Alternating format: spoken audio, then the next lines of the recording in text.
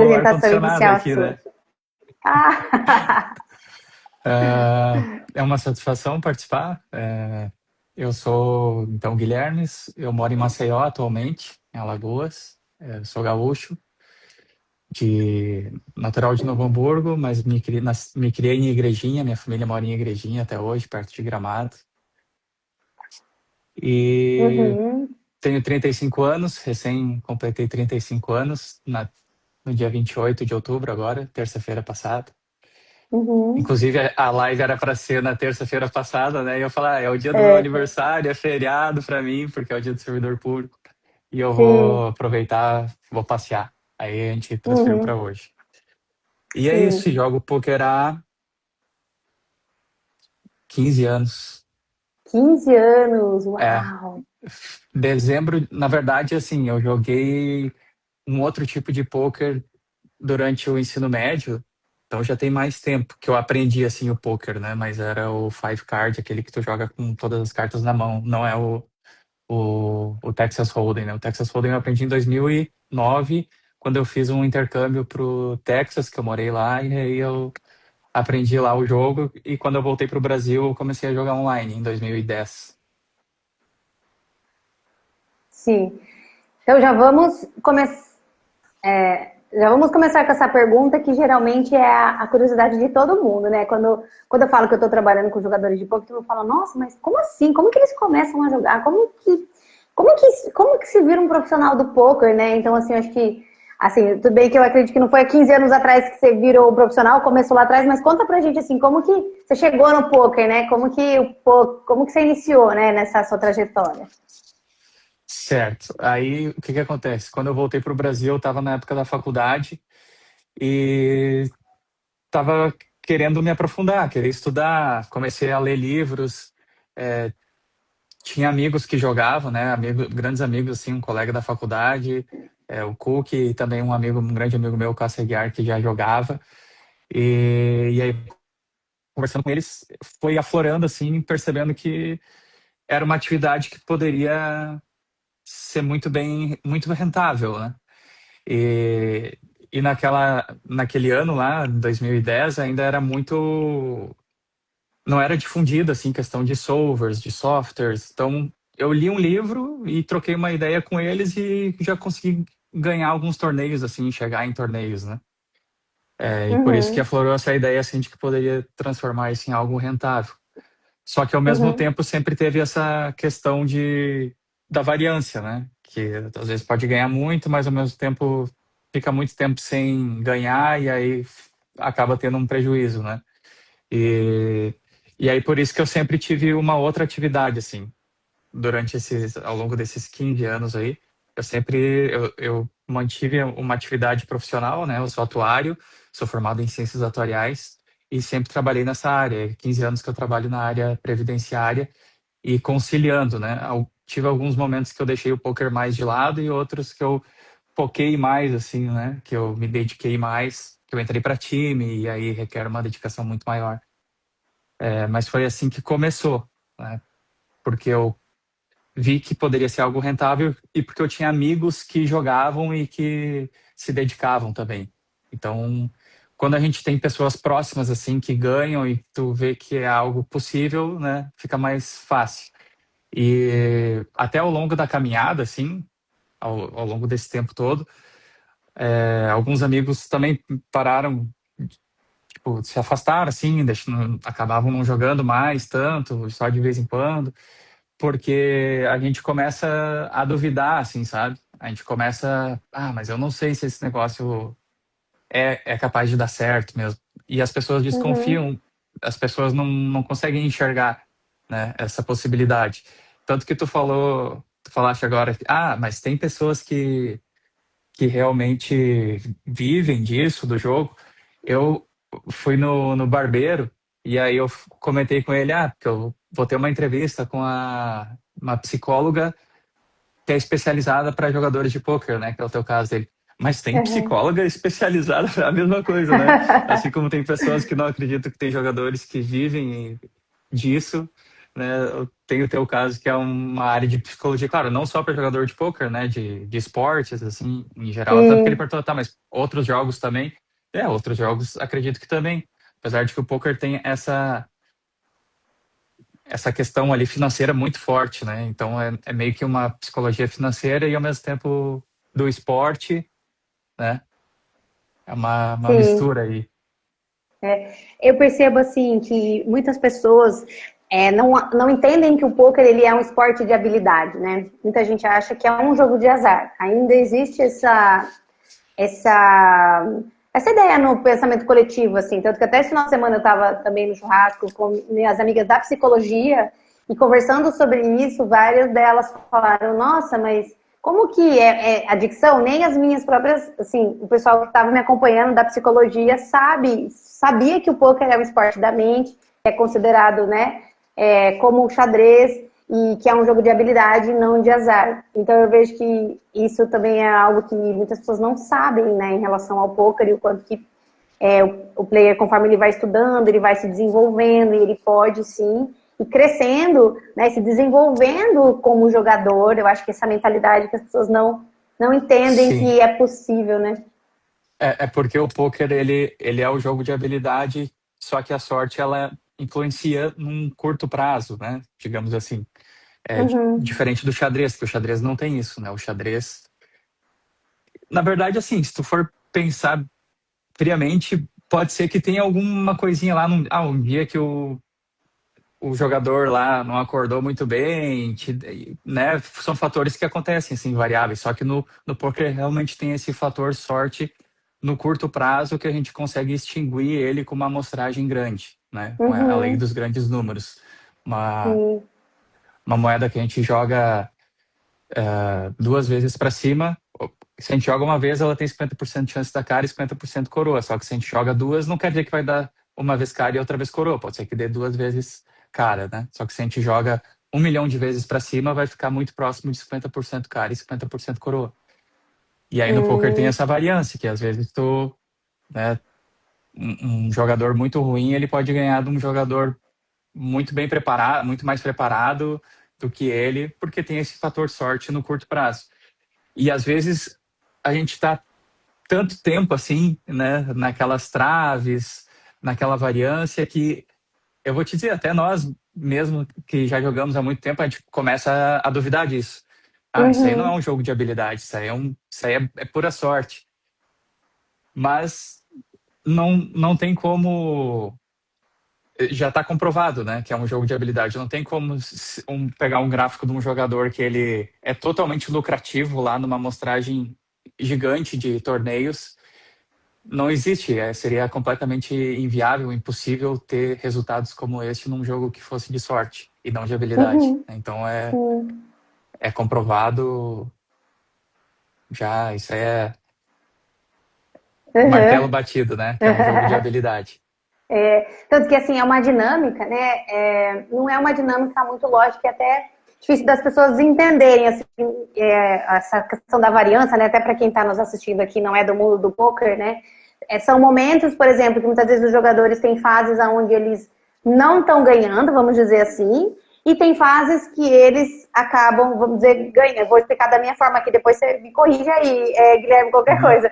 Então, assim, existem períodos em que os jogadores eles podem estar ganhando e períodos que não, mas no longo prazo, naquela amostragem, essa porcentagem de ganhos e perdas, de acordo com é, a própria matemática, né, conforme você explicou um pouquinho, a probabilidade, né, no longo prazo, aí a tendência é que os jogadores vão sendo lucrativos financeiramente falando, né, porque a gente, né, tem a questão financeira que muitos jogadores jogam pela questão financeira também, enquanto profissionais, como uma profissão, né? Então, mais ou menos Uhum. funciona dessa forma, né? Essa questão de, conforme você falou, às vezes a gente está nesse momento que não está numa fase lucrativa e acaba duvidando se de fato isso vai ser lucrativo ou não, porque tem esse momento que a gente chama, né, no poker da variância negativa, que é o momento que o jogador ele está jogando, mas é como se ele tivesse não tivesse lucrativo. Aí tem que jogar mais um pouco para isso poder se equilibrar e ele possa, mais ou menos essa Isso. ideia, né? É porque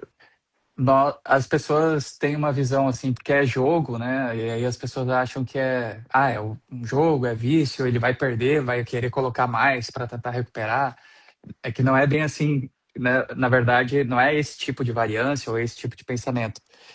Por exemplo, eu só jogo torneios, né? Eu não, eu me inscrevo num torneio, eu pago uma inscrição e eu tenho lá 15% de chance de entrar na fase de premiação daquele torneio, né? Se for um Uhum, torneio que não seja de bounty, né? E, e então a maioria dos torneios que eu registro, eu não vou ganhar dinheiro nele, né? 85% dos torneios eu vou perder aquele valor da inscrição que eu me inscrevi e vou cair fora sem ter nenhum prêmio. Só que a uhum, gente recupera esses valores quando a gente fica lá faz uma mesa final, fica em quarto, terceiro, que é lá que tá as premiações maiores. E às vezes uhum, a gente fica muito tempo assim sem conseguir premiações maiores, né? E aí jogando vários torneios por dia ali, e aí faz com que o nosso lucro vá diminuindo, diminuindo, e aí é isso que a gente chama de variância, né? Na uhum, verdade, a variância é o- a, a definição de variância é quando muitos valores estão distantes da média, né? Então, no poker tem isso. A uhum. gente não vai ganhar valores parecidos ali em torneio. Tem a maioria a gente não vai ganhar nada, vai ganhar zero, e tem outros que a gente pode ganhar um valor muito elevado. Então, é aí que está a variância, né, do poker. Uhum. E uma questão bem bacana também, que eu acho assim, que já que a gente entrou nesse ponto, né, que é de bem para ter essa compreensão, a questão dos números, né, que os jogadores precisam estudar matemática, entender as probabilidades lá das cartas para poder entender toda a dinâmica do jogo e também, então não é só um jogo, é um jogo também de estudo, de análise, pensamento estratégico, de matemática, entender as probabilidades, É, né, nesse sentido, né? eu gosto de dizer que o poker, ele é um jogo de cartas, mas acima disso ele é um jogo de apostas. Uhum, E as E acima disso, ele é um jogo de pessoas. Então, não é somente as cartas, né? uhum. Existem as apostas e as apostas elas estão baseadas na matemática. Existem apostas que são lucrativas, tanto para tu fazer aquela aposta de tu aumentar e também de para tu pagar, né? E acima disso, como acima das apostas, ainda tá as pessoas. Então, as pessoas elas têm pensamentos diferentes, elas agem diferente. Então, a nossa lucratividade está em conseguir explorar isso, esse desvio das pessoas em relação à teoria do jogo, porque o jogo existe uma teoria de otimizar aquele jogo, né? A partir do Uhum, momento que as pessoas desviam daquela teoria, tu consegue explorar aquela pessoa. E é aí que vem a lucratividade do jogo, né? De tu conseguir explorar ao máximo e estudar, né? Essa questão matemática, de ter essa consciência, né, do que é uma aposta lucrativa, o que não é, de acordo com cada bordo, de acordo com cada mão. O poker é uma infinidade, assim, de... Não, tu estuda, estuda, estuda e nunca vai chegar nem perto, assim, de tudo aham, que se pode conseguir. É, sim, e isso é a parte técnica, né, que eu vejo. Essa é a parte técnica, que tem muitas pessoas, muitos jogadores que são extremamente preparados nessa parte técnica, mas também existe a parte mental, que é isso que eu falei. O jogo é feito de pessoas, né? Não são só robôs ali jogando um contra os outros. São pessoas que têm sentimentos, que têm raiva, que têm euforia, que têm medo, que têm ganância, que têm ambição. Então, todos esses sentimentos influenciam de certo modo, né? E uhum, aí cabe a cada jogador se preparar da melhor forma, tanto tecnicamente como psicologicamente ou mentalmente, para desempenhar o seu melhor. uhum, sim, Eu tive sim, um contato esses tempos que foi uma psicóloga financeira, né? Num outro curso que eu faço, ela fez uma apresentação e ela trouxe algumas crenças limitantes. Eu tinha muito a questão de ficar pensando assim, às vezes, por que que eu tomava alguma decisão no poker que eu sabia que estava equivocada, uhum, sabe? Assim, tecnicamente eu já tinha estudado aquilo e depois analisando fora daquele calor do jogo, eu, pô, mas por que que eu fiz isso aqui? Não precisava ter feito essa jogada, ou esse valor de aposta poderia ter feito menos, ou nem precisava ter feito. uhum, E aí eu queria buscar entender isso. Foi por esse motivo que eu busquei o contato contigo, que a gente fez o nosso trabalho, né, Aham, de terapia. E aí, nesse contato que eu tive com essa outra psicóloga, ela é uma psicóloga financeira, assim, ela não é nada voltada ao poker, é só em relação a finanças. E ela uhum, trouxe algumas crenças limitantes, sabe? E uhum, aquilo me fez refletir também, porque eu acredito que tem muito jogador que ele é muito bom tecnicamente, e talvez ele se auto-sabote quando ele chega assim perto de momentos que ele esteja ali com premiações altas em jogo, né? E eu não sei, eu acredito nisso que às vezes a pessoa cresceu com algumas crenças limitantes em relação ao dinheiro, sabe? uhum, Quando a pessoa é criança e aí tem uma família que fala muito, dinheiro é a raiz do problema, dinheiro não traz felicidade, esses uhum, bordões que são falados quando sim, a criança ainda não está com o subconsciente lá formado, né, até antes dos uhum, 7 anos. sim, E aí ela, de repente, cresce, ou até a questão da lealdade familiar, que foi algo que a gente comentou também, que a gente uhum, tratou. Às vezes, se o teu avô, alguém da tua família ali, teve algum problema, assim, quebrou, enfim, aí parece que tu tem que ter aquela lealdade, que tu precisa seguir uhum, aquela linha, né? sim, sim, Então é isso, eu acho que a gente tem que preparar muito bem a nossa parte mental e é a parte que os jogadores eles mais menosprezam, assim, a uhum, maioria deixa muito de lado essa parte. uhum, E por isso que foi muito importante o trabalho que a gente fez. Eu gostei muito, né, das nossas uhum. sessões. Ai, que bacana. E então, você é muito importante, né, isso que você traz, essa questão mental, porque muitas vezes o player não percebe. Então, o que acontece na maioria das vezes é assim, o player tecnicamente está muito bom, ele voluma, ele se esforça bastante, mas ou ele vai até um ponto e não consegue ir mais, ou assim, sempre alguma coisa acontece quando ele está perto de uma grande premiação, igual você falou, né? Então, o que eu costumo dizer é que muitas vezes padrões mentais, né, influenciam ali a tomada de decisão, que tecnicamente, que também, assim, em outras linhas gerais também são dos fatores do tilt, né? E muitas vezes esse impulso que o player está precisando dar, né, essa conquista que ele quer ter, está sendo prejudicada por causa de padrões mentais que não estão beneficiando ele, que não estão trabalhando a favor dele. Aí precisa ressignificar. Por isso que é tão importante, né, buscar essa ajuda, né, fazer o trabalho mental, porque imagina só, ele vai evoluindo tecnicamente, vai evoluindo, e mentalmente também essa precisa ir acontecendo, mas não é tão lógico como parece ser, porque logicamente a gente pensa assim, se eu, tecnicamente eu estou evoluindo, então é natural que eu vá evoluindo, mas às vezes o emocional não caminha junto, por isso que o trabalho mental é tão importante, porque quando o emocional alinha, muitas coisas se alinham, muitas compreensões existem, né, em relação aos objetivos, né, então a gente sabe que vai trabalhando uma série de coisas aí. Ai, que bacana. Mas, Até porque. Guilherme, conta pra nós. Oi. Pode falar. Não, eu Não, ia pode dizer falar. que tem uns vídeos de um jogador que eu assisti esses tempos, eu esqueci o nome dele agora, um regular que faz streaming, que ele traz assim algumas questões de tu buscar algumas tells que a gente chama no poker, né? Que é tu buscar alguma coisa que aquele jogador tá te falando. No live é mais fácil porque tu tá olhando a pessoa ali, fica mais fácil de tu ver se ela tá nervosa, o tempo que ela demorou, como ela reagiu. E no Uhum, online são poucas as tells que a gente tem, né? Mais é a questão do tempo, quanto tempo aquela pessoa demorou para tomar a decisão, mas sempre tem algumas questõezinhas assim que são a mais, né? Um pouquinho a mais assim que tu pode fazer além da parte realmente técnica e matemática do jogo. E aí tem muito a questão intuitiva também, que nem eu falei, como é um jogo de pessoas, às vezes, às vezes é estranho assim, porque às vezes a gente já rodou algumas mãos. Eu tive um ganho relevante em maio desse ano, que foi no BSOP, um torneio ao vivo, foi o primeiro torneio ao vivo, assim, que eu. Na verdade, o segundo, mas esse era maior, né? Proporção maior, uhum, que televisionado e tal.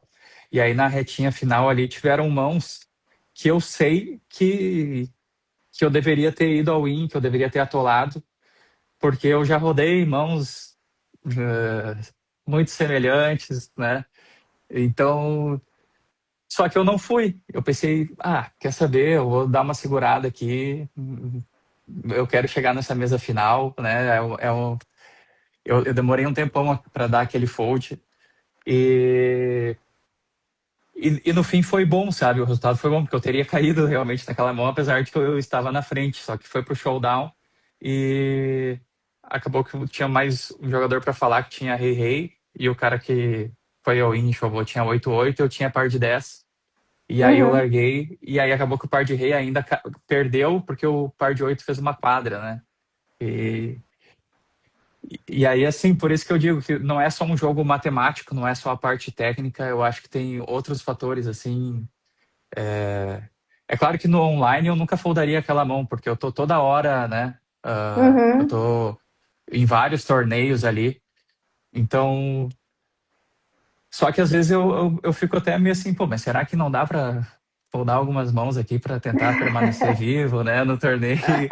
Por mais que tu já rodou, tu saiba que é um EV positivo ali, mas, enfim, são várias nuances aí no poker. E aí o que que É. acontece? Se eu sou um jogador que vou só pela matemática ali do jogo, aí eu vou ficar sempre reclamando da variância. Não, mas aí eu tava na frente, eu tinha que ter pago e.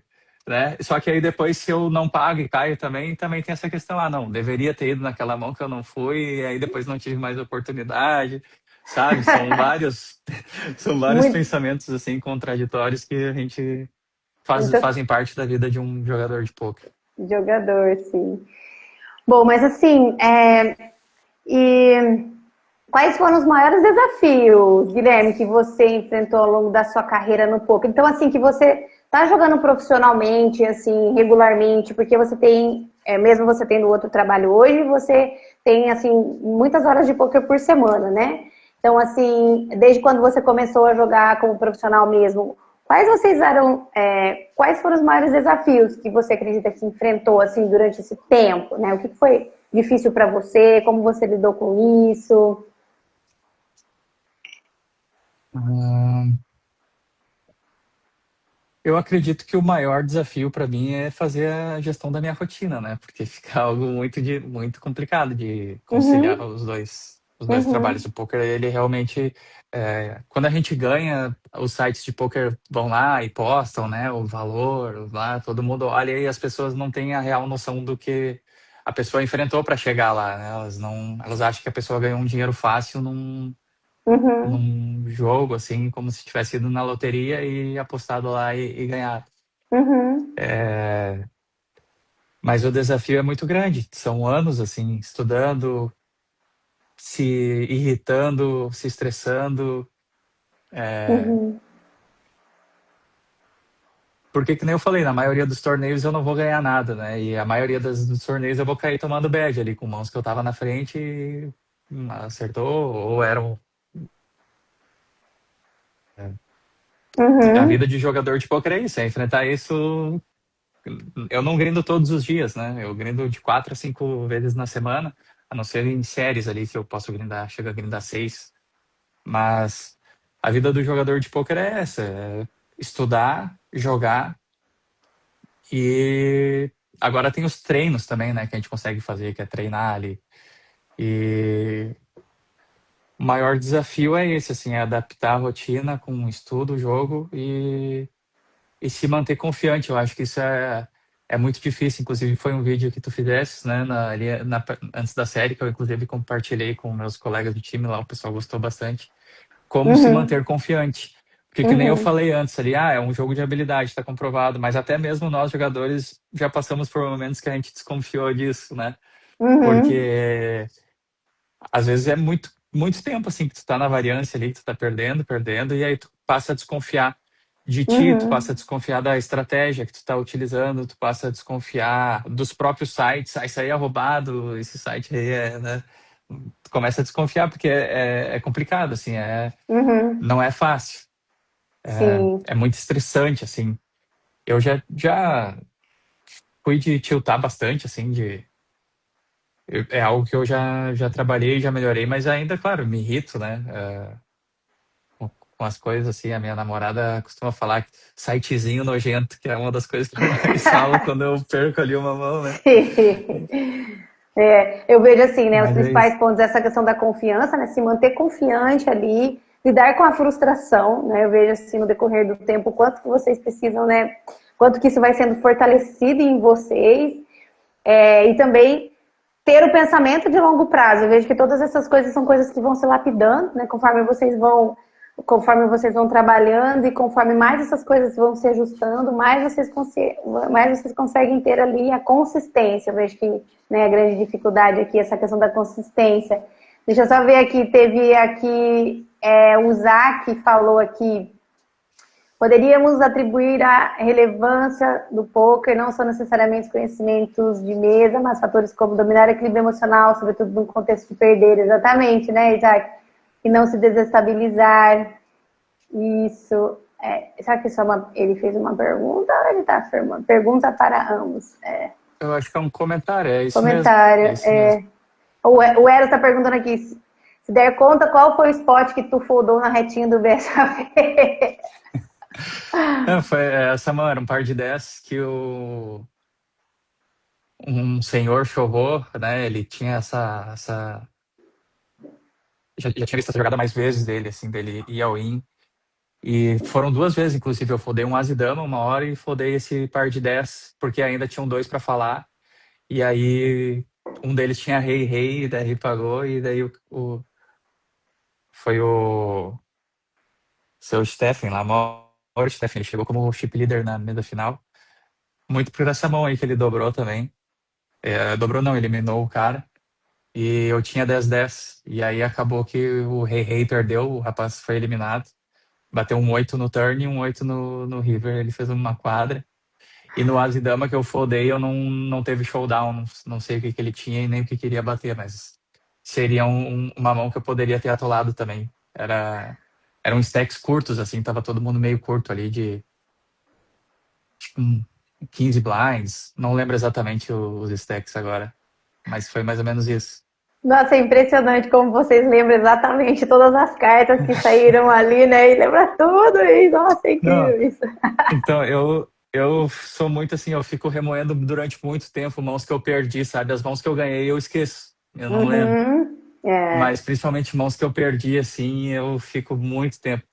Inclusive, teve o torneio da GG que eu fiquei em segundo esse ano ali, que também foi meu big hit, né?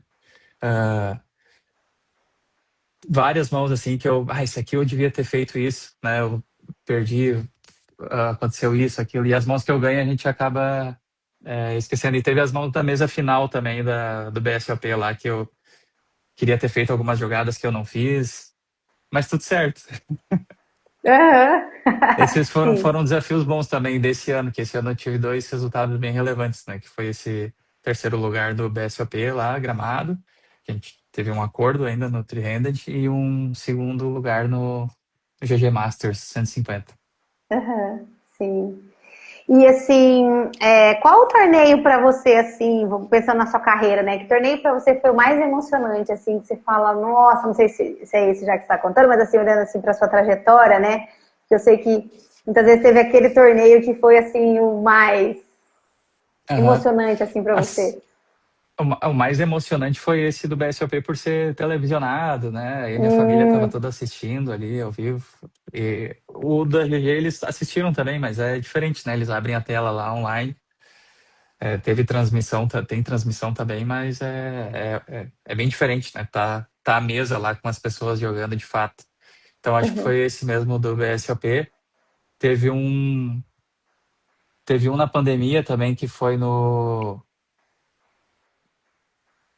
na Suprema.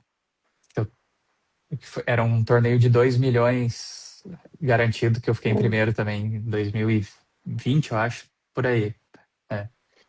E teve a WSOP também, que eu fui e tive a experiência de jogar, né? Só que eu joguei um torneio só.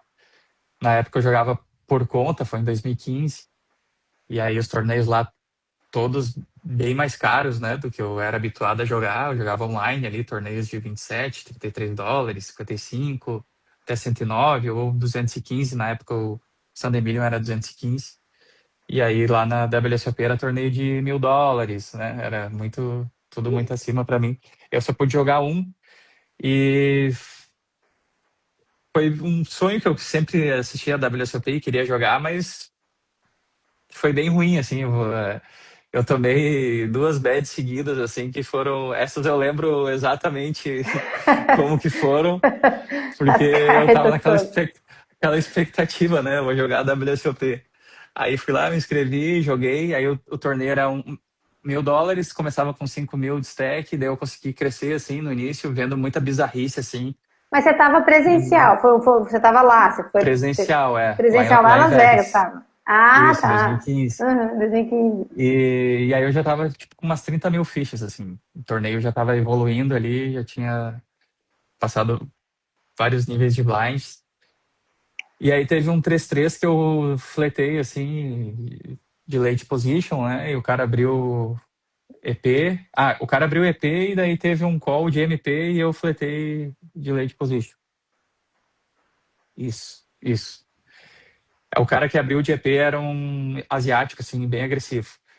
E aí o flop veio 7-6 de espadas e 2 de, de copas, uma coisa assim. Aí foi check, check, check. Aí no turn um 3. Aí foi check, check de novo. Não, isso. Foi check, check. Daí eu betei, eu já betei um valor mais alto. Uma coisa assim. Eu sei que daí o cara da MP lá deu raise, daí eu chovei, daí ele tinha as as. Aí ele só tinha 4,5%, né? Que são dois altos. Daí bateu o as. Aí eu sobrei com umas 5 blinds, assim. Daí na mão seguinte eu recebi valete 10, snipadinho. Daí o mesmo asiático lá, agressivo, abriu. Daí eu já fui all in contra ele. Daí ele tinha rei dama off. Aí o flop veio 7, 8 e 9. Aí eu tava gigante, né? Já tava seguido ali no flop. E aí no turn 10 e river valete. Daí todo mundo se olhou assim, cara, não é possível. Muito azar. Daí eu peguei minhas coisas e fui embora. Daí assim acabou o meu sonho de jogar um WSOP. Depois não joguei mais, ainda quero voltar pra lá e jogar de novo. Aham. Sim, Mas foi sim. um torneio que foi emocionante também pelo fato de ser a WSOP, que eu sempre quis jogar, né? E, Sim, enfim, só não aconteceu imagino. esse desfecho É, aí. sim. E tem algo que você desejava ou pensava assim no início da carreira que com a maturidade, com o tempo, deixou de fazer, com a sua experiência, né, deixou de fazer sentido no poker? Por exemplo, a ideia que você tinha no começo, agora, né, já com bons anos de carreira, como você vê isso hoje? Teve algo que deixou de fazer sentido? Que deixou de fazer sentido. Isso, assim, tem algo que você desejava no início da carreira que com o tempo, com a maturidade, deixou de fazer sentido no Eu acho que poker? as coisas que eu desejava lá no início eu ainda desejo hoje, assim, que é crescer, evoluir ali o nível de buy-ins, jogar mais alto e ser lucrativo, assim, bater os fields, os melhores fields, evoluir como Uhum, pessoa, psicologicamente, mentalmente, tecnicamente no jogo e, e, e seguir, né? Eu acho que é isso. Eu não sei, eu tô pensando uhum, aqui se alguma coisa deixou de fazer sentido, não tá me vindo nada agora na cabeça. uhum. Não, tranquilo. Ahn, É que às vezes a pessoa fala, às vezes no começo tinha uma ideia, né? É, vamos dizer, um pouco mais idealizada, e aí depois, vendo tudo como é, acaba, enfim, tendo outras percepções. Ah, mas se para você teve algo assim, mas se não teve também, tranquilo, tranquilo. Deixa eu ver o aqui. Jaques Ortega aqui tava na mesa final comigo do BSOP. Um abraço pra ele. Ah, Tá comentando é? aqui. Olha que bacana. O Jaques que foi para Vegas também esse ano e teve um grande resultado lá. Aham, aham, que bacana, que Foi bacana. 500, meio milhão de dólares ele ganhou lá. Uhum, olha, que bacana, que bacana. Bom, e o que você considera essencial para se manter competitivo no poker? Se Pensando na manter carreira do reggae, competitivo. né? Pensando nessa Aham. coisa do dia a dia, né, de que a maior parte dos jogadores que estão aqui vivenciam, né? Eu acredito que é se manter sempre estudando, assim, sempre se readaptando, né? Porque o poker ele é um jogo de estratégias e essas estratégias ao longo do tempo elas vão se mudando, vão se moldando, né? Porque tu cria uma estratégia, as pessoas já criam uma contra-estratégia para se proteger da tua, e aí tu já tem que readaptar a tua, né? E assim ele vai mudando. Eu lembro que lá em 2011 ali, lá em 2011 quando eu comecei a jogar online mais assim e li os livros do Dan Harrington e trocava uma ideia com um amigo meu, o Cássio, a gente simplesmente abria do botão lá, ninguém pagava no Big Blind, ou você betava e já passava, ninguém se defendia como deveria se defender, né? Era algo muito Uhum, diferente, assim. Se a pessoa te tribetava, tu já sabia que era asa e dama a mais, era muito valor, praticamente não tinha tribet light. Então, uhum, as estratégias elas vão mudando o tempo todo e para o jogador se manter competitivo, ele precisa estar sempre estudando, sempre se adaptando, adaptando o seu jogo, porque é só dessa forma mesmo. Por isso que é um jogo, né, que não é dinheiro fácil, é um negócio que o cara tem que se estudar, se preparar. ah, é possível, né, ganhar bastante, mas tem que se dedicar bastante também. E ele não uhum, é tão, o jogo não é assim 100% diretamente proporcional, digamos assim, 100% meritocrático, né? Porque tem essa uhum. questão do fator sorte ali no curto prazo. Mas é isso, para se manter competitivo tem que estar sempre estudando, sempre adaptando a estratégia e evoluindo como pessoa também na questão mental e psicológica, né? Que foi aquilo que eu coloquei lá no início, que Uhum, eu vejo assim que é o ponto que os jogadores mais menosprezam hoje em dia, assim, uhum, sim, porque focam muito na questão técnica ali de estudar, de rodar a mão, mas a parte mental do jogo ela influencia demais, assim, demais, demais. uhum. Como que você E percebe? parece É, até estranho, assim, eu até já conversei com alguns amigos, assim, que parece que influencia, sabe? Que se tu tá confiante, se tu tá preparado, assim, quando tu entra num estado que nem tu gostava de falar, estado de flow, né? aham, Por mais que tu não, por mais que, por mais que não esteja no teu controle ali as cartas que vão bater, parece que independente do que aconteça, do que bater, tu tá preparado e estando preparado, parece que as coisas convergem a favor, assim, né? a, a sorte aparece, né? Ah, uhum, é isso. sim. Ai, que bacana. E é assim, nós sabemos que tem a questão da variância, que é um ponto bem difícil, né, para a maior parte dos players, né, passar por isso. Você até falou um pouquinho já sobre isso. E você falou sobre a questão da rotina também, né? Como você tem dois trabalhos, você tem um outro trabalho também.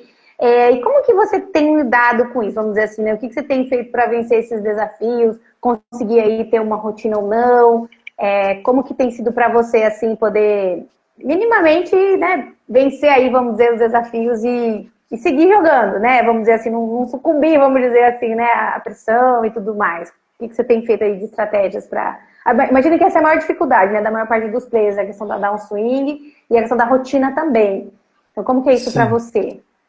Eu sou uma pessoa muito metódica, assim, né? Se eu tenho alguma coisa para seguir, eu sigo aquilo ali. Então, eu gosto de seguir uma rotina, assim. E eu não gosto de estar, né? A minha alimentação, eu já sei o que que eu vou comer ali. Ah, gosto de praticar exercício também. Atualmente, eu treino praticamente em final de semana e feriados. Eu sou o contrário, né? As pessoas treinam ali ao longo da semana, eu treino em final de semana e feriados, que é porque aí eu não tô no meu emprego e tenho a parte da manhã ali para treinar, né? Senão Uhum. eu trabalho das 8 às 2 e essa é a questão também, meu trabalho é até às 2, né? Senão não seria impossível conciliar. Já fiz isso uma época, mas é, é completamente, não é nada saudável, né? Tu conciliar um emprego assim de 40 horas semanais com mais uma vida de jogador de poker, assim, um contrato com um time ainda que tu precisa volumar mais. Uhum. Mas assim, o pessoal do meu time sabe, né, que eu concilio as duas atividades, então eles sabem que eu não vou conseguir volumar muito, até pelo fato de que eu não sou de jogar muitas telas, né? Eu faço a minha session ali com 6, no máximo 8 telas, até porque hoje são muitos torneios bounty, eu quase não jogo torneio vanilla e tem que estar sempre atento ao quanto que vale a cabeça de cada um, quais são os stacks, é muita informação para tu avaliar, não dá para simplesmente ficar no automático ali clicando o botão. Então é isso, a minha rotina, como eu sou muito metódico, eu consigo conciliar por conta disso, assim, eu já sei o que eu vou jantar, atualmente eu estou fazendo jejum, então eu faço só 2 refeições por dia, o que facilita Hum. também. Então, você já E deixa a sua semana programada. Você programa a sua semana já para na poder. verdade eu sigo aquela rotina, né? Eu não preciso programar a minha semana, ela é igual sempre, então eu já sei na minha Aham. cabeça como ela vai ser.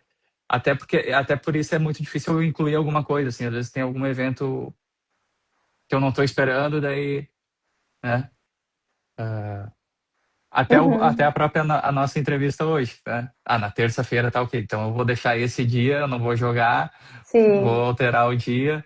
Daí já é o dia que eu aproveitei para ir no barbeiro, porque senão eu não Aham. tenho tempo de ir lá fazer a barba, cortar o cabelo, fazer coisas simples assim que já são um extra na rotina, já altera um pouco assim A sua rotina. a minha agenda Sua mental, digamos agenda. assim. Aham. Sim, sim. Tem aqui o Isaac falou que com relação à minha mentoria, em percentuais, houve uma expressiva melhora do seu perfil. Agressivo, cauteloso, reativo, racional, e permitindo ajustar o jogo. Acho que é uma pergunta. Digo todas as variáveis.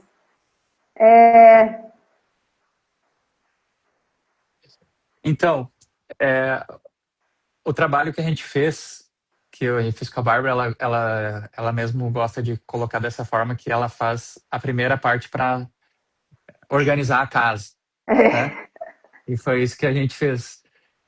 Não é nem questão de influenciar no meu jogo, de tornar o meu jogo mais agressivo ou mais cauteloso, é eu ter mais consciência sobre as minhas decisões, né? Uhum, Às vezes eu estou tomando algumas decisões que nem eu falei lá no início, que depois eu vejo, tá, mas por que eu fiz isso? Eu não precisava, eu sei, eu já estudei isso e, e eu tomei uma decisão aqui que não é. Daí porque o que acontece? Quando a gente está jogando, a gente está vendo várias coisas ali acontecerem. Tem jogadores fazendo umas bizarrices e aí às vezes tu muda tanto o teu jogo para tentar explorar aquele jogador que tu viu que está fazendo bizarrice, que aí tu acaba fazendo coisas extremamente equivocadas, né? Tu acaba se deixando influenciar por conta disso.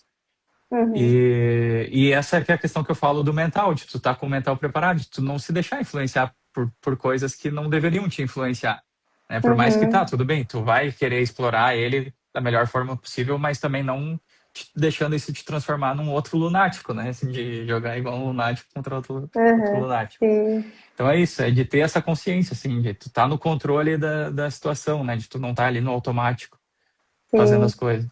Perfeito, perfeito. Porque o foco não, a gente não foca no perfil do jogador, o foco não é esse, né? O foco são questões que estão por trás, que impactam em como ele está emocionalmente ali para jogar, né? Então, quando a gente organiza a rotina, quando nós trabalhamos a parte emocional, vamos dizer, tem aí o que? Redução do estresse, tem aí a questão de trabalhar a questão da frustração, então fica mais tranquilo. Então, quando o jogador senta para grindar, que conseguiu, vamos dizer, organizar a rotina, aí você vai poder dizer também, né, Gui, um pouquinho pela sua experiência. Então, quando a gente começa a trabalhar emocional, mental e o player começa a ter clareza das coisas, ele começa a ficar mais tranquilo, ele começa a entender os porquês de determinadas coisas, começa a ter metas, objetivos, e isso tudo impacta no emocional, que vai impactar em como ele vai jogar. Então, não necessariamente o foco é o jogador ser mais agressivo ou não, e sim a consequência do trabalho que nós vamos fazer automaticamente pode, né, vai contribuir para a performance dele lá a partir de como ele está se sentindo, né? Então, até mesmo assim, essas questões práticas do tilt, né? Então, As emoções que surgem no momento ali, né? Ou raiva, ou injustiça, ou frustração, ou enfim, as emoções que surgem ali, né, no momento do jogo, geralmente elas têm um foco que não é o jogo. Então, se uma emoção se repete muito constantemente, se ela é acionada, vamos dizer assim, né, muito constantemente, em determinados momentos do jogo, a gente tem que investigar lá atrás por que, vamos dizer assim, aquela zona da mente está sensível, por que é aquela emoção que surge. Aí que nós vamos investigar nos porquês, trabalhar isso para que aquilo ali não seja mais um gatilho emocional, vamos dizer assim. Então, vamos dizer que os gatilhos emocionais, eles estão vinculados com as experiências de vida, com o que o player pensa sobre o jogo, e cada gatilho vai acionar uma emoção. Então, quando isso, ele começa a ficar mais tranquilo, né? E tá mais apropriado do próprio jogo, dos objetivos, dos desejos, e isso tem um impacto no momento do jogo. Isso foi muito importante no trabalho que a gente fez, que a Bárbara trazia essa questão de entender os porquês, né? E isso não é só em relação ao jogo, é em relação a tudo na vida. A gente fica, às vezes parece que a gente tá que nem um cavalo com aquele negócio que eles colocam assim, que não consegue olhar para os lados, né? É só olhar para frente. E aí a gente não Uhum, consegue entender as coisas do porquê, por que que a gente age de certa forma em determinados momentos. E aí, no trabalho que a gente fez, ela me fez entender muitas coisas, né? Trazendo até coisas da infância, assim, como que era a minha relação referente a tal coisa, como era a minha relação referente a outras coisas, como eu me senti em relação a isso, o que que será que aconteceu. E aí a gente vai buscando entender, né?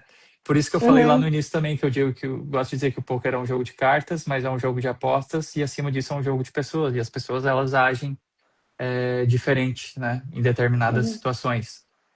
E é buscando entender isso, é buscando esse autoconhecimento que a gente vai se preparando mentalmente e ficando melhor preparado para enfrentar cada situação. E o poker, ele é muito isso, né? Principalmente se tu tá num torneio que nem lá do BSOP, que eu tava na mesa final, televisionado, o pessoal me assistindo.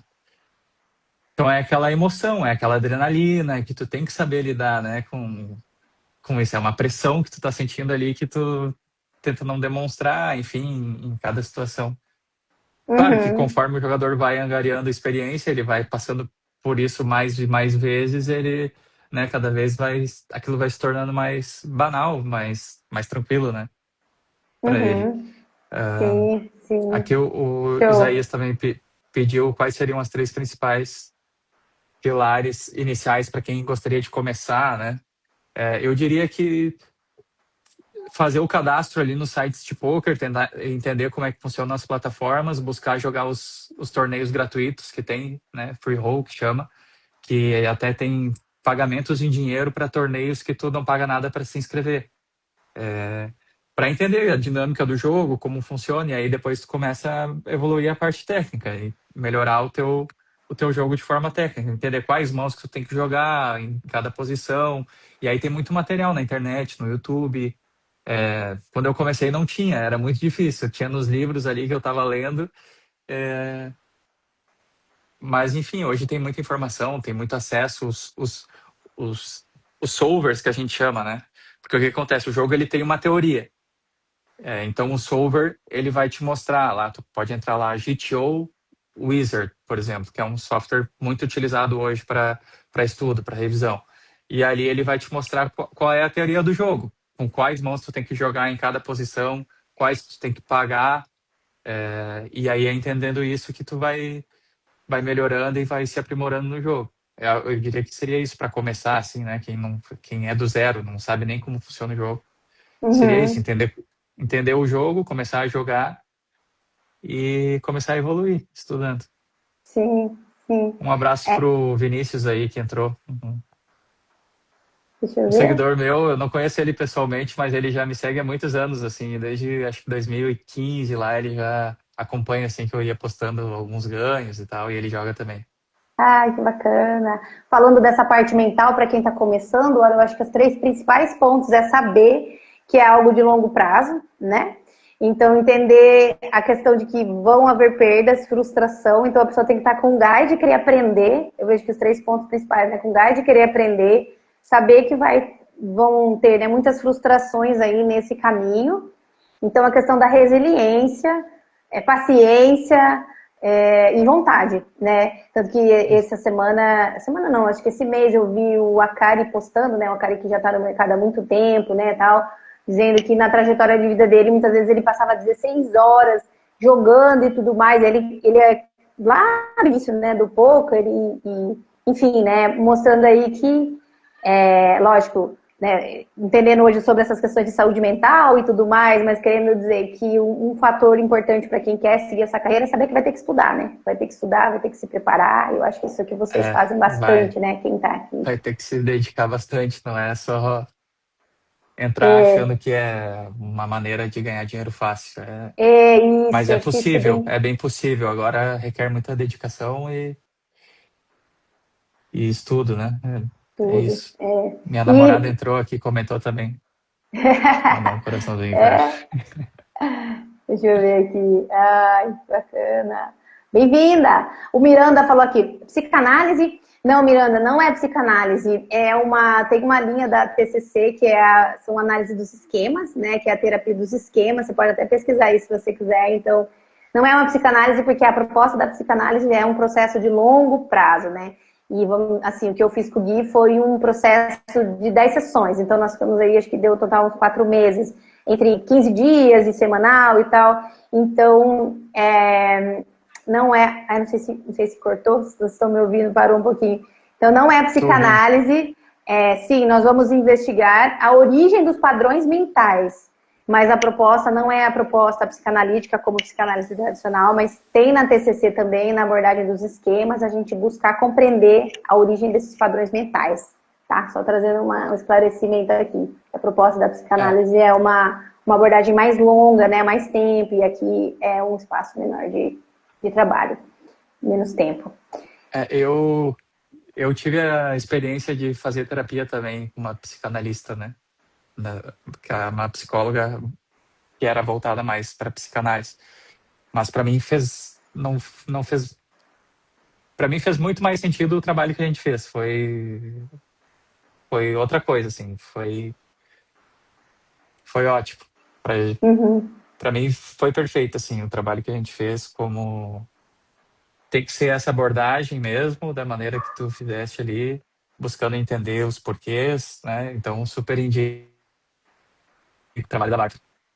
Uhum. Ai, que bom, fico feliz de saber que foi bom, né? E que surtiu efeito e que você gostou. É muito bom, né? Ter esse feedback. Obrigada. E para a gente encerrar aqui, então, olha, é, se você pudesse dar um único conselho para quem está começando no poker e quer se profissionalizar, qual seria? Ou, acho que, não sei se o meu público, não sei se quem está aqui está começando, né? Acho que o público já é que está aqui, o pessoal que está aqui acho que já está há um tempo, mas assim, então, ou até mesmo para quem já está há um tempo e muitas vezes está passando por dificuldades, e que você poderia trazer, assim, da sua experiência, que já está há um tempo nesse caminho, né? Já teve vários aprendizados, né? Que você estaria, assim, como uma conselho, né? Uhum. Uma motivação, Sim, algo assim para eles. assim, primeiro, o conselho para quem quer começar é aquilo que eu comentei antes, né? Que comece estudando, se preparando. Agora, para quem já tem um pouco mais de experiência, assim, que de repente está passando por um momento de dificuldade, é fazer análise das suas stats, dos seus jogos, da sua estratégia, né? Eu já tive períodos assim de dar um swing e aí a gente às vezes fica tentando colocar a culpa na variância, né? E foi só eu buscar uma ajuda, um coach de uma pessoa que era melhor do que eu e ele fez uma análise e me passou uns insights assim. E aí, a partir dali, foi o ponto-chave de dar uma mudada, assim, isso lá em 2015, né? Porque durante a faculdade ali eu jogava, e daí eu já tive uns ganhos, assim, logo no início, e aí depois começou a decair muito, assim. E aí depois que eu fiz esse coach, comecei a usar os softwares, uh, comecei a ter bons ganhos. Então é isso, a pessoa ela tem que, se ela joga por conta, é melhor ela buscar ajuda, assim, de alguém. Ah, vamos analisar minhas estatísticas aqui, ver o que dá para melhorar, ver o que eu estou fazendo aqui, como eu posso adaptar a minha estratégia. E é isso, para conseguir buscar essa virada aí. Tá sempre estudando, sempre se readaptando à sua estratégia. Uhum, sim. Acho que é Show, isso. show, Gui. Tem aqui Teve uma pergunta um aqui aqui. do. É, O que você faz como válvula de escape? Tem dias que o poker é cruel. Tem dias que bate. Meus tem, clientes falam assim, ixi, o poker bate. Tem dias que o poker tem dias que bate, né? É assim que vocês falam, né? tem dia que é noite, né? Tem vários dias que são noites no poker. É, teve até teve um comentário assim quando eu ganhei meu big hit na GG esse ano, de que com essa conta, né? Porque eu dei uma bad lá, que eu vou chover um Asi 4 suited do big num raise do botão, que é ou do botão, acho que ele tava, que era um cara que tava fazendo, transmitindo, ele tava fazendo streaming. E aí algumas órbitas antes eu tinha um rei 5 suited, e aí acabou que o small chovou. E eu tava pronto para chovar já aquele racing, eu ia chovar na cabeça dele. Porque eu tava vendo, ele tava streamando, então eu tava vendo as mãos que ele tava jogando, que ele tava abrindo tipo valete 8 off, né? Tava abrindo muita mão assim, tava abrindo um range muito amplo.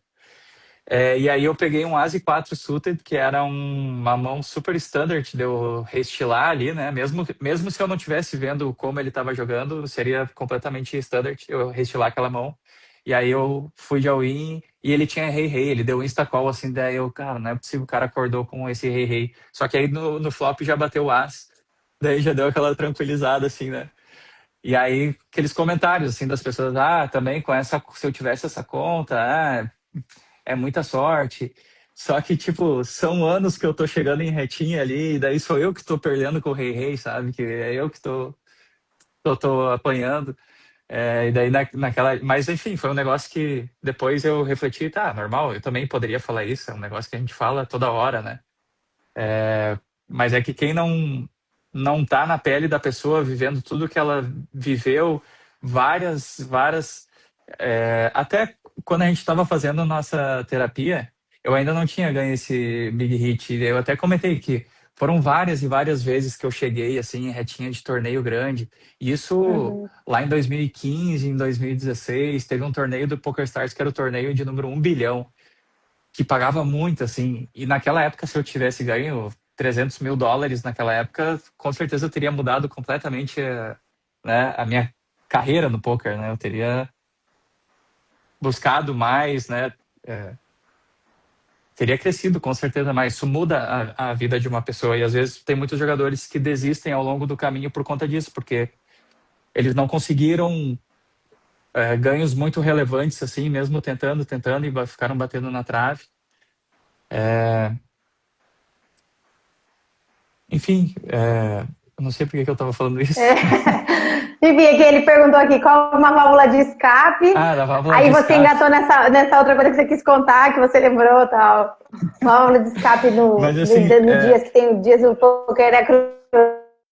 isso, tem Foi muitos isso. dias que são cruéis e realmente são mesmo, são várias vezes, são meses, assim, às vezes é ano, sabe? É ano que tu fica ali batendo na trave, que tu não ficou no 0-0 ou tu ficou um pouco negativo ainda no ano.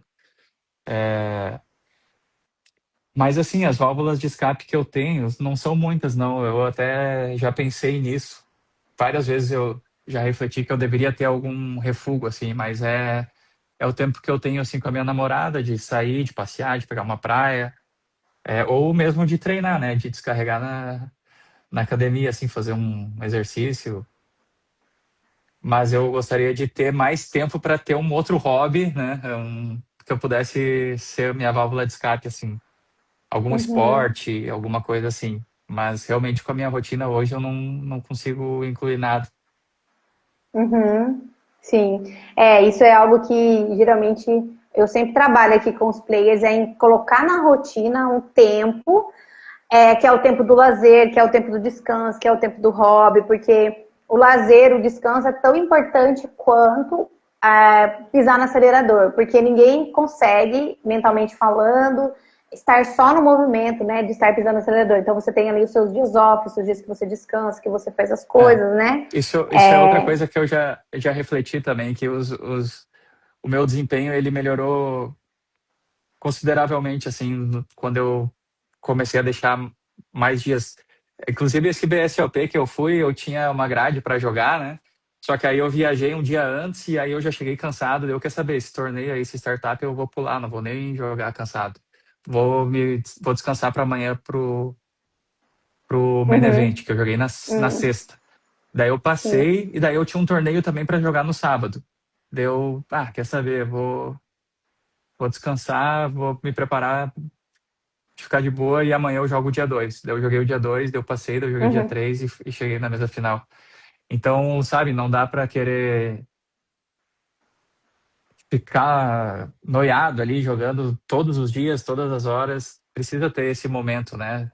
Para tua mente Isso, descansar, para tu estar mais isso, tranquilo, isso. desestressado, assim. Então, Fisiologicamente falando, assim, né? Dentro, né, dessa perspectiva até fisiológica da neurociência, quando a pessoa está muito só fazendo e não descansa, o nível de estresse ele fica muito alto, a liberação de cortisol fica muito alta e aí isso atrapalha as funções cognitivas.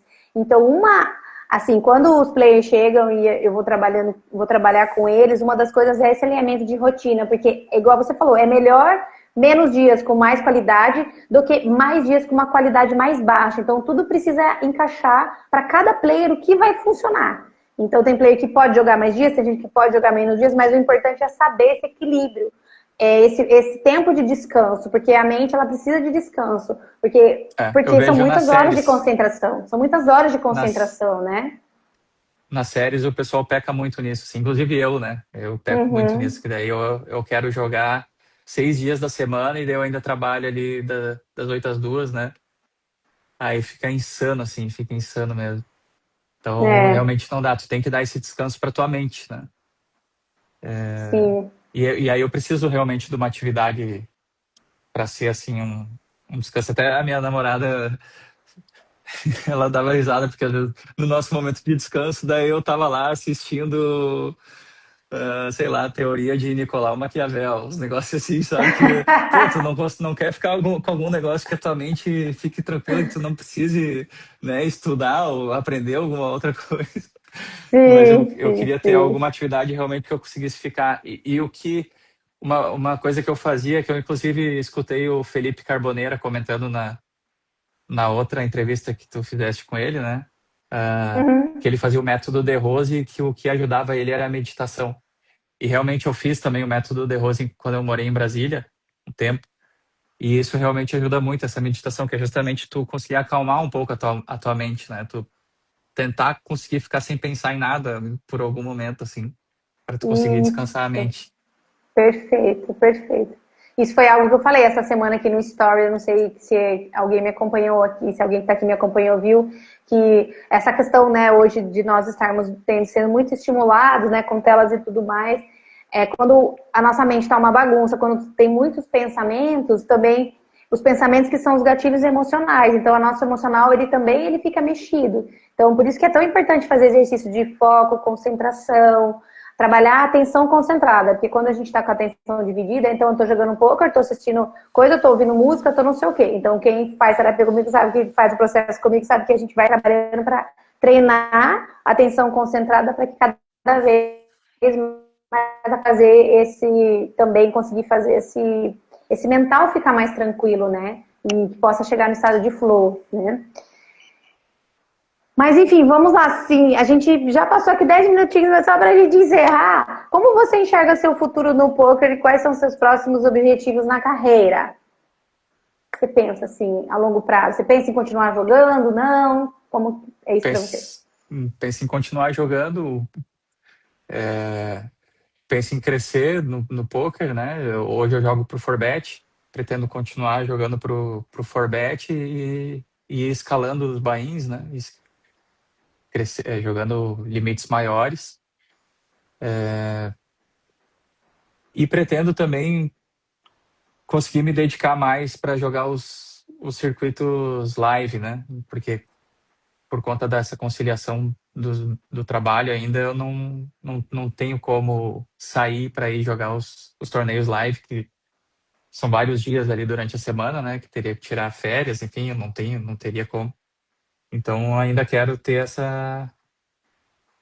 esse momento assim de me dedicar mais pro poker e conseguir disputar os torneios, os circuitos live, tanto do Brasil, né, VSOP ali, KSOP, como fora também, jogar WSOP de novo, um EPT, disputar esses torneios, assim, é algo que eu me imagino, assim, ainda jogando. Sim, sim. Show, show. Bom, Gui, então estamos encerrando aqui, né, esse momento do quadro Vida de Jogador. Eu quero te agradecer. Foi um prazer te ver novamente, né? Já há um tempo nós não nos falávamos. Muito bom te reencontrar. Obrigada pela sua participação, obrigada pelas suas partilhas. Quero agradecer também o pessoal que está aqui, o pessoal que veio participar. Muito obrigada pela participação. E desejo muito sucesso na sua jornada, na sua trajetória. Obrigado. Foi uma satisfação participar. Foi muito bom te reencontrar também, falar contigo novamente. Também desejo muito sucesso. Dizer que eu super indico o trabalho da Bárbara novamente, né? Ratificando aqui, foi um ótimo trabalho que a gente fez juntos. E é isso. Sucesso na tua jornada também. Uhum. Um Obrigada, abraço para quem obrigada. acompanhou, para quem assistiu. E é isso. Uhum. Isso. Tamo Então, junto. pessoal, também para os jogadores que estão aqui, sucesso para vocês. Se alguém quiser saber um pouco mais também sobre o meu trabalho, me manda mensagem. Gui, ótima jornada para você. Então, até a próxima. Até. Tchau, pessoal. Tchau, tchau, Gui. Tchau, tchau.